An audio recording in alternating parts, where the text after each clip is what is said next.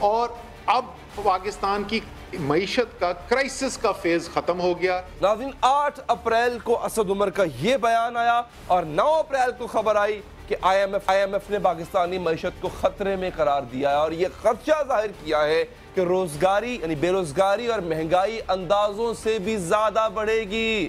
آج اسد عمر نے وزارت چھوڑی اور وزارت چھوڑنے کے بعد بھی انہوں نے نئے وزیر خزانہ کے لیے کچھ اچھی پیشگوئی نہیں کی. یہ نہیں ہے کہ اس وقت معیشت کے بڑے اچھے حالات ہو گئے تو جو نیا وزیر خزانہ آئے گا وہ بھی ایک مشکل معیشت کو سنبھالے گا. حضور بات یہ ہے کہ یہ سب آخر ہوا کیا؟ قوم نے عمران خان کو ووٹ دیے تھے, قوم کو امید تھی کہ وہ ایسی ٹیم لائیں گے جو ان کے مسائل حل کرے گی, لیکن جب یہ ٹیم آئی تو معلوم ہوا کہ اس کا تو ہوم ورک ہی نہیں تھا. ذرا سنیے وزیر خزانہ معاشی چیلنجز سے کیسے نمٹتے تھے. آپ ایک کام کریں, وہ سنتے تھے میں بھی دیکھوں گا, آپ گھبرانا نہیں کہ کوئی اچھی سی ٹون بنائیں, روز صبح اٹھ کے اس کو گنگنایا کریں. کئی ٹونز اویلیبل ہیں, گھبرانا نہیں, قوم گھبرانا نہیں, اس کی ٹون بنا لیں. اسد عمر معیشت بہتر بنانے کے لیے گانے سنتے تھے, شعر پڑھتے تھے, ہزاروں خواہشیں ایسی, ہر خواہش پہ دم نکلے.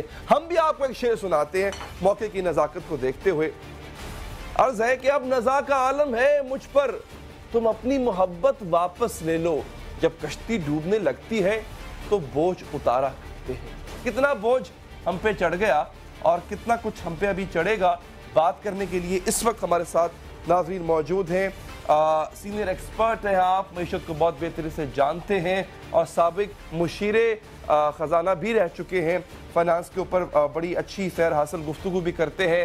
ڈاکٹر فاروق سلیم صاحب, بہت شکریہ سر آپ کے وقت کا. 8 مہینے بعد وزیر خزانہ تبدیل ہو گئے, بتائیے گا ان 8 مہینوں میں قوم کو کون کون سے تحفے ملے, اچھے برے دونوں, کتنے حالات بہتر ہوئے, کتنے بدتر ہوئے. ڈاکٹر صاحب. علی صاحب, میرے ذہن میں 2 بڑے سوالات اس وقت جو اٹھ رہے ہیں. پہلا سوال تو نیچرلی وزارت خزانہ کی کارکردگی کے حوالے سے ہے. ایک بڑی لمبی لسٹ ہے, پالیسی سازی کا ایک سنگین شدید قسم کا فقدان نظر آ رہا تھا پچھلے 7, 8, 9 مہینوں سے. ایک غیر یقینی کی فضا, جو غیر یقینی کی فضا ہے وہ بزنس کا سب سے بڑا دشمن ہوتا ہے, تو غیر یقینی کی فضا ٹلنے نہیں جا رہی تھی. بزنس کمیونٹی کا بہت پریشر تھا, میں سمجھتا ہوں کہ یہ غیر یقینی کی فضا کو کسی طرح دور کیا جائے. پھر تیسرا پریشر مہنگائی کا طوفان جو عام پاکستانی کے اوپر پڑ رہا تھا, اور پھر 7-8 مہینے میں ایک کمپیٹنسی ٹیم بنانے میں جو ناکامی ہوئی, کہ مطلب وزیر خزانہ صاحب کے ساتھ کوئی ٹیم, معاشی ٹیم سچ جو ہے وہ کام نہیں کر رہی تھی. دوسرا بڑا سوال جو ہے, جو شاید اس سے بھی بڑا سوال علی صاحب میرے ذہن میں اٹھ رہا ہے, اور ریئلی میں ذرا افسردہ ہو گیا ہوں کہ آپ سوچئے کہ 5 سال پیپلز پارٹی کے گزارے, ان کی کرپشن کی حرکتیں دیکھیں, مس گورننس دیکھی, پھر PMLN آئی, اس دوران بھی بے شمار کرپشن کے ایلیگیشنز لگائی گئیں اور مس گورننس بھی دیکھی گئی. قوم میں ایک امید کی کرن سی آئی تھی کہ PTI کی گورنمنٹ الیکٹ ہو کے آئی ہے, بہت ساری تبدیلی آئے گی, جو پرانا طریقہ کار ہے اس کو بدلا جائے گا. تو ایک وہ I think it's a sad day for PTI and probably ایک sad day for Pakistan as well, کہ وہ امید کی کرن جو اٹھی تھی, اس کا جو آپ سمجھیے کہ وائس کیپٹن تھا, اس کو گھر جانا پڑ گیا, اور صرف 8 مہینے میں, جبکہ 60 مہینے کا جو مینڈیٹ تھا, تو آپ سمجھیے کہ 13% ٹائم اس نے گزارا اور پھر اس کی رخصتی ہو گئی.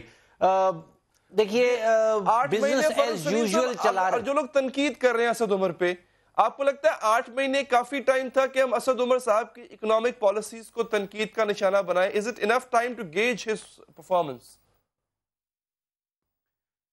دیکھیے 8 مہینے کے اندر کوئی زمینی حوالے سے کوئی چیز بہتر ہوتی تو بہتر ہوتی, بڑی مشکل ہوتی 8 مہینوں میں, لیکن ایک سمت کا تعین کرنا ضروری تھا. دیکھیے میں نے جب ذکر کیا غیر یقینی کی فضا دور کرنی چاہیے تھی. 8 مہینے غیر یقینی کی فضا میں کوئی بھی دنیا کی معیشت جو ہے وہ چل نہیں سکتی. یہاں پہ سمت صاف نظر نہیں آ رہی تھی. وعدے کیے جاتے تھے کہ ہماری منزل شاید پشاور کی طرف ہے, لیکن رخ جو تھا وہ کراچی کی طرف تھا. تو پھر عام لوگ سوچ رہے تھے کہ اگر آپ کی منزل پشاور ہے اور رخ آپ کا ملتان یا کراچی کی طرف ہے تو آپ منزل تک تو کبھی بھی نہیں پہنچ پائیں گے. میں ذاتی طور پہ سمجھتا ہوں کہ وہ بزنس ایز یوزول نہیں چل سکتا. 5 سال پیپلز پارٹی نے بزنس ایز یوزول چلایا, 5 سال پی ایم ایل این نے بزنس ایز یوزول چلایا. اب غیر معمولی حالات تھے, غیر معمولی اقدامات کی ضرورت تھی. غیر معمولی اقدامات نہیں کیے گئے. جو پیپلز پارٹی کا طریقہ کار تھا حکومت کا وہ یہ تھا کہ قرضہ جات اٹھا لیے جائیں اور کام چلایا جائے. پی ایم ایل این نے بھی قرضہ جات اٹھائے اور کام چلانے کی کوشش کی. پی ٹی آئی بھی وہی کام کر رہی تھی جو پی ایم ایل این اور پی ٹی آئی ان سے پہلے کر چکے تھے. معاشی پالیسی ایگزسٹ نہیں کرتی تھی. اگر ایگزسٹ کرتی تھی تو اس کا صرف ایک ہی پہلو, اس کا ایک ہی ستون سامنے نظر آیا اور وہ تھا قرضہ جات لینا.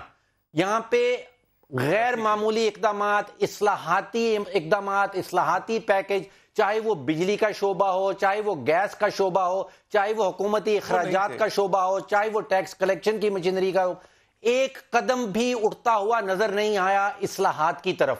اور اب آئی تھنک غیر یقینی کی فضا کیا دور ہو جاتی ہے. تنقید کا نشانہ بنانے والے بھی موجود ہیں اور اس کو اپریشیٹ کرنے والے بھی موجود. تنقید والوں کی زیادہ تعداد ہے. وہ کہتے ہی ہیں سر, آپ کے میں چاہوں گا اس پہ آپ کی رائے کیا ہے کہ آئی ایم ایف کے پروگرام کے بالکل قریب ہم پہنچ چکے تھے, وہاں پہ آگے ایسا ڈیسیجن لینا, بجٹ آنے والا ہے, اس گورنمنٹ کا پہلا پراپر بڑا بجٹ ہوگا, اس کے قریب آ کے اتنی بڑی پوسٹ کو چھوڑ دینا اور پھر اس میں تبدیلی لے کے آنا, ڈو یو تھنک یہ ڈیسیجن بھلے ٹھیک ہوگا لیکن ٹائمنگ غلط ہے اس کی؟ ٹائمنگ کے حوالے سے علی صاحب آپ دیکھیے کہ ہم کچھ ہی ہفتوں میں آئی ایم ایف کے پروگرام میں داخل ہونے والے ہیں, اور جیسے ہی ہم آئی ایم ایف کے پروگرام کا حصہ بنیں گے, تاریخ گواہ ہے کہ پھر پالیسی سازی جو ہے معیشت کے حوالے سے وہ پاکستان سے نکل جاتی ہے. معیشت will be taken over completely by the I M F. جو وزارت خزانہ ہے وہ کچھ ہی ہفتوں میں ایک عمل درآمد کرنے والی ایجنسی جو ہے, ادارہ جو ہے وہ بن جائے گا. پالیسیز آئی ایم ایف سے بن کے آئیں گی. ہر 3 مہینے کے بعد آئی ایم ایف والے ہماری کارکردگی کو ریویو کریں گے اور وزارت خزانہ ایک ایگزیکیوشنر, ایک امپلیمنٹر, ایک عمل درآمد کرانے والی ایجنسی بن جائے گی. ٹائمنگ بجٹ کے حوالے سے اگر آپ سوچ لیں تو بجٹ کے حوالے میں اگر ایک وزیر خزانہ کی تبدیلی ہو جاتی ہے تو کوئی اتنی بڑی بات نہیں ہے. اگر ان کی جگہ متبادل ساتھ ہی کوئی اپوائنٹ کر دیا جائے, اس سے بڑی جو اسد عمر صاحب گئے غیر یقینی کی فضا, لیکن اس سے بڑی غیر یقینی کے متبادل کو ابھی تک نامینیٹ نہیں کیا گیا. اگر اسد عمر صاحب سے ان کا قلمدان وزارت خزانہ کا لینا تھا تو اس سے پہلے ایک آلٹرنیٹو کا نام ذہن میں ہونا چاہیے تھا اور ساتھ ہی اس کا اعلان کر دینا چاہیے تھا. تو یہ 2 غلطیاں سرزد ہوئی ہیں علی صاحب, میں سمجھتا ہوں. اچھا ڈاکٹر صاحب, اس وقت جو اویلیبل چوائسز ہیں, حفیظ شیخ, حفیظ پاشا, عمر ایوب صاحب, شوکت ترین, گو کہ ان کی خبر آئی کہ انہوں نے انکار کر دیا مگر انڈر کنسیڈریشن ہے.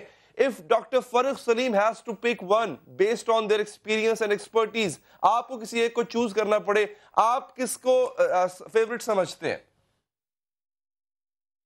علی صاحب, چوائسز 2 بڑی والی ہیں. کیا پارلیمنٹری پارٹی کے اندر سے کسی کو وزارت خزانہ کا قلمدان دینا ہے یا پارلیمنٹری پارٹی سے باہر سے کسی کو لے کے آنا ہے؟ اگر باہر سے لانا ہوگا تو پھر آف کورس کوئی ٹیکنوکریٹ ہوگا, کوئی ٹیکنوکریٹ چوائس ہوگی. اور اگر پارلیمنٹری پارٹی کے اندر سے کسی کو وزیر خزانہ بنانا ہو تو پھر میں سمجھتا ہوں چوائسز حکومت کے پاس بہت ہی لمیٹڈ ہیں.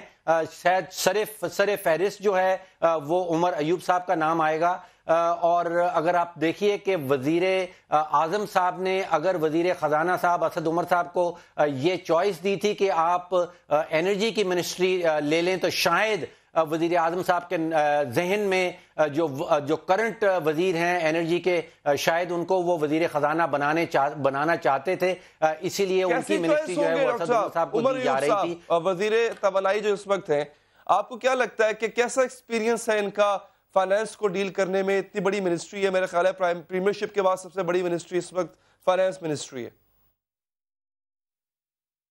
دیکھیے عمر ایوب صاحب کو بھی پہلے ہم دیکھ چکے ہیں as a minister of state, ان کی کارکردگی بڑی اچھی رہی، لیکن یہاں پہ ہمیں کوئی ایسا شخص چاہیے ہوگا جو اصلاحات لانے کے قابل ہو۔ یہاں پہ بزنس ایز یوزول نہیں چل سکتا۔ ابھی جو شکلیں ہمیں سامنے نظر آ رہی ہیں وہ بزنس ایز یوزول والی نظر آ رہی ہیں، جو پہلے حکومتی ڈھانچے کا حصہ رہ چکی ہیں۔ یہاں پہ جب تک ایکسٹرا آرڈینری کوئی غیر معمولی قسم کے اقدامات، کوئی out of the box thinking نہیں کی جائے گی، اس وقت تک پاکستان کی معیشت جو ہے وہ ٹریک پہ نہیں چڑھ سکتی۔ ٹھیک ہے، تو ڈاکٹر صاحب بالفرض کوئی ایسا وزیر خزانہ آتا ہے جو اسد عمر صاحب کی پالیسیز کو ڈسکنٹینیو کرتا ہے، ایسا کرنے کی صورت میں کیا جو مہنگائی بڑھ رہی ہے اور آگے چند مہینوں میں مزید بڑھنے کا امکان ہے، وہ مہنگائی بڑھنا رک جائے گی؟ دیکھیے اگر اعداد و شمار کو سامنے رکھ لیجئے تو اس وقت حکومتی بجٹری خسارہ، میں بجٹری خسارے کو اس لیے اٹھا رہا ہوں کہ تقریباً 100 قسم کی معاشی بیماریوں کی جو جڑ ہے وہ بجٹری خسارہ ہوتا ہے، یعنی کہ حکومت کی آمدن اور حکومت کے اخراجات میں جو فرق آ جاتا ہے وہ پاکستان کی 70 سالہ معاشی تاریخ میں کبھی بھی اتنا زیادہ نہیں ہوا تھا۔ تقریباً 2900 ارب روپے کا بجٹری خسارہ بتایا جا رہا ہے۔ جب تک اس بجٹری خسارے کو کنٹرول میں نہیں لایا جائے گا تو یہ مہنگائی کا طوفان ہو، غیر یقینی کی فضا ہو، یہ چیزیں دور نہیں ہو پائیں گی۔ تو میں اس لیے زور دے رہا ہوں کہ جب تک پبلک سیکٹر انٹرپرائزز کا 1100 ارب روپے کا نقصان، جس میں پی آئی اے، جس میں پاکستان سٹیل، جس میں پاکستان ریلویز شامل ہیں، جب تک ان پبلک سیکٹر انٹرپرائزز میں کسی قسم کی اصلاحاتی پیکج نہیں لایا جاتا، جب تک بجلی کے شعبے میں جو کہ گردشی قرضہ جات اب 1600 ارب روپے پہ پہنچ چکے ہیں، جب تک ان کے اوپر کسی قسم کا کنٹرول نہیں کر سکتے، اس وقت تک بجٹری خسارہ نیچے نہیں آ پائے گا۔ تو دوبارہ سے یہی کہنا ہے کہ غیر معمولی out of the box solutions, غیر معمولی اقدامات، بزنس ایز یوزول نہیں چلے گا۔ اچھا، اگر ہم ڈاکٹر صاحب جیسے کہ آپ پہلے کہہ چکے ہیں ہم اپنی economic policy I M F کو سرنڈر کر چکے ہیں، جو وہ ہمیں کہے گا ہم صرف عمل درآمد کریں گے اس پہ، تو پھر تو سر کوئی بھی آ جائے، کوئی بھی اس سیٹ پر آ جائے تو بزنس تو ویسے ہی چلے گا جیسے آئی ایم ایف چاہے گی، تو فرق کیا پڑتا ہے سر اس سے پھر؟ اچھا، فرق آپ کے سامنے میں رکھ دیتا ہوں۔ دیکھیے آئی ایم ایف کی پچھلے 50-55 سال کی تاریخ ایسی ہے کہ وہ جب کسی ملک کے پاس جاتا ہے تو وہ 2 شرائط لگاتا ہے۔ وہ کہتا ہے کہ آپ نے اپنا بجٹری خسارہ کم کرنا ہے اور آپ نے اپنا تجارتی خسارہ کم کرنا ہے۔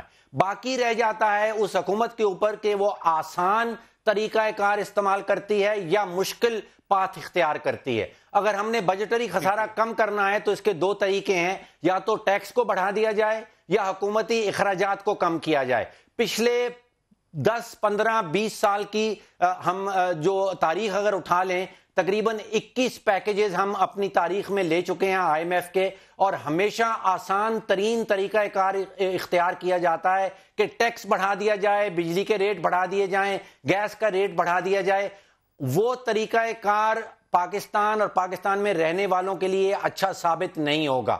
جب تک ہم بجلی کے شعبے کے اندر کی چوری، بجلی کے شعبے کے اندر جو مہنگی بجلی گھروں سے خریدی جا رہی ہے، گیس کے شعبے کے اندر کی چوری کو روکنا، اسی طرح حکومت کے اخراجات کو روکنا، جب تک مشکل والا طریقہ نہیں اپنایا جائے گا تو آئی ایم ایف کو تو شاید خوش کر دیا جائے گا آسان طریقے کے تھرو، اس وقت تک پاکستان میں مہنگائی کا عالم، پاکستان میں غیر یقینی کی فضا، پاکستان کے اندر افراط زر کا ریٹ وہ کنٹرول نہیں ہو پائے گا۔ ٹھیک ہے، بہت بہت شکریہ آپ کا ڈاکٹر فاروق سلیم صاحب وقت دینے کے لیے۔ یہاں وقت ہے بریک کا، بریک کے بعد آپ کو بتائیں گے، سنائیں گے، دکھائیں گے کہ ایسا لگتا ہے کہ کراچی آج بھی ایم کیو ایم کا ہے۔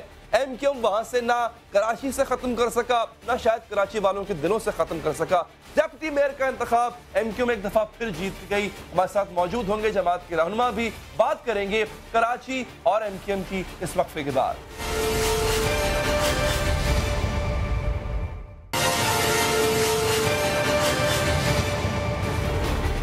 بریک کے بعد حاضر ناظرین، کراچی بہت امپورٹنٹ شہر ہے، ملک کو پالتا ہے، لیکن وہاں کی جو سیاست ہے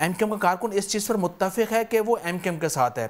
لوگ جو voter supporter M Q M کے ہیں وہ اس چیز پر متفق ہیں کہ وہ ایم کیو ایم کے ساتھ ہمیشہ انٹیکٹ رہیں گے. اس کی بنیادی وجہ یہ ہے کہ ایم کیو ایم نے لوگوں کو ڈیلیور کیا ہے.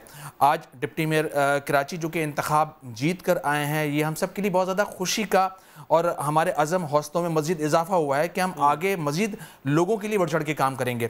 اب جو موجودہ ڈپٹی میئر کراچی جیتے ہیں وہ یہ عزم لے کے آئے ہیں, اور ان کا عزم یہ ہے کہ جس طرح صوبائی پروونشل ایوارڈ ہوتا ہے, بالکل اس طرح سے ڈسٹرکٹ لیول پر بھی ڈسٹرکٹ پروونشل ایوارڈ لایا جائے. یہاں پر 2013 کے جو قانون تھا بلدیاتی, اس میں امینڈمنٹ کی جائے, اس میں تبدیلی کی جائے, اس میں وہ سب کچھ ایڈ کیا جائے, جس طرح سے وہ تمام چیزیں ایڈ کی جائیں. اختیارات کا پرسوں وسیم اختر صاحب میرے پروگرام میں آئے, وہ میئر ہے کراچی کے, اختیارات کا رونا رو رہے تھے, اختیارات نہیں ہے, پیسہ نہیں ہے, فنڈ نہیں ہے. ڈپٹی میئر کی سیٹ آپ نے جیت لی, سمبولیکلی آپ کی بہت بڑی جیت ہے, مگر اگر آپ کے پاس یہی اختیار کا رونا رہا, صوبائی حکومت کے ساتھ چپکلش رہی, تو کراچی کے شہریوں کا کوئی جو ہے وہ تو فائدہ نہیں ہوگا. ابھی آپ کی جو ایک وزارت تھی وفاق میں وہ بھی چلی گئی خالد مقبول صدیقی صاحب کی, کراچی ایک آپ کے پاس ہے وہ بھی بے اختیار, تو فائدہ کیا سریفی نشست کا پھر؟ دیکھیں دنیا کے اندر میرے خیال میں پاکستان کے جمہوری سیاسی لوگوں کو سوچنا چاہیے, جو کہ پاکستان میں مختلف وقتوں کے اندر حکومتیں کر رہے ہیں اور کر رہے ہیں ابھی بھی,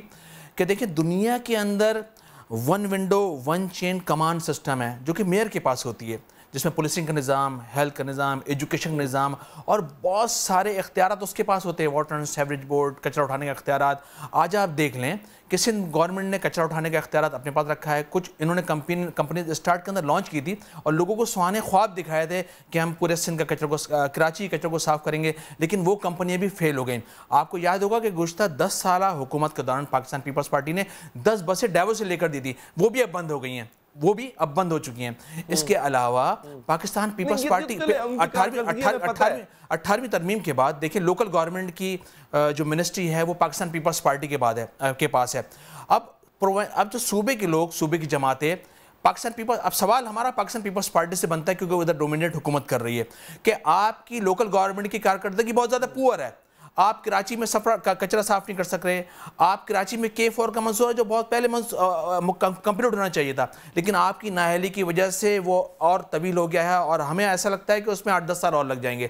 آپ نے کراچی کے لوگوں کو نقصان کیا ہے. آج کراچی کے لوگوں نے بار بار پروف کیا کہ وہ ایم کیو ایم کے ساتھ ہے. دنیا کے اندر پیپلز پارٹی کی نااہلی ہے, لیکن وہ کراچی میں آپ کو اختیار اور فنڈ نہیں دینے لگے, اتنا تو کلیئر ہے, اتنا تو آپ کو بھی سمجھ جانا چاہیے کہ پیپلز پارٹی اب کراچی کے لوگ ہے, آپ کو فنڈ نہیں ملے گا. حیدر بھائی کراچی کے لوگوں کا بھی اب سوال یہ ہے کہ کراچی سندھ کو 95% دیتا ہے اور وفاق کو 70% دیتا ہے. کراچی کا ایک ایریا ہے کورنگی انڈسٹری ایریا, وہ پر منتھ 40 کروڑ روپے وفاقی گورنمنٹ کو دیتا ہے. تو دنیا کے اندر تمام اختیارات جو سٹیز ہوتی ہیں, میگا سٹیز ہوتی ہیں, بڑی سٹیز ہوتی ہیں, وہاں میئر کے پاس اختیار ہوتے ہیں. تو اب کراچی کے لوگ وفاق سے مطالبہ کرتے ہیں کہ وفاقی گورنمنٹ میئر کو با اختیار کرے, امپاور کرے, پاور لیس نہ کرے, پاور لیس نہ کرے. وہ اس لیے کہ اگر میں تھوڑی سی بات, مثال کے طور پہ اگر 18ویں ترمیم کے بعد تمام اختیارات صوبوں کے پاس آ گئے تو 18ویں ترمیم کوئی قرآنی صحیفہ نہیں ہے کہ اس میں چینجنگ نہیں ہو سکتی. اگر حکومت اب صوبہ کیونکہ ڈکٹیٹر بن چکا ہے, اب صوبہ اپنے اختیارات کا ناجائز استعمال کر رہا ہے, تو پاکستان کے آئین قانون میں بہت زیادہ گنجائش ہے کہ وہ صوبے کو لگام ڈالے. بالکل یہ بات وفاق کے سامنے رکھیں. وفاق کو تو آج کل ویسی 18ویں ترمیم سے بڑی چڑ چڑی ہوئی ہے, آپ یہ بات رکھیں, وہ اس پہ بڑا کان دھریں گے. میں اگلی بڑی اہم بات کرنے جا رہا ہوں ساجد بھائی, مجھے یہ بتائیے گا کہ آپ کا جو پرانا تنظیمی ڈھانچہ تھا, کیا اب آپ اس کو بھی بحال کریں گے؟ کیونکہ ایم کیو ایم کی بیک بون, اس کی ریڑھ کی ہڈی, اس کا سیکٹر انچارج, اس کا تنظیمی ڈھانچہ وہ ہوا کرتا تھا, اس پر غور کر رہے ہیں آپ؟ دیکھیں علی بھائی, میرے خیال ہے پاکستان کی واحد سیاسی جماعت مسلم لیگ نون پر بھی آج برا وقت چل رہا ہے بقول مسلم لیگ نون, جبکہ انہوں نے کرپشن کی ہے. پیپلز پارٹی بھی کہتی ہے کہ ہم پر بہت برا وقت چل رہا ہے, لیکن کیا پاکستان پیپلز پارٹی کے آفیسز توڑے گئے؟ کیا ان کے کارکنان کی بے تحاشا گرفتاریاں ہوئیں؟ کیا ان کے کارکنان کا ماروا داد قتل ہوا؟ کیا ان کے کارکنان لاپتہ ہوئے؟ لیکن واحد سیاسی جماعت ایم کیو ایم ہے, واحد سیاسی جماعت نہیں, میرے خیال میں واحد سیاسی جماعت ایم کیو ایم پاکستان ہے کہ جس کے آفیسز بھی توڑے گئے,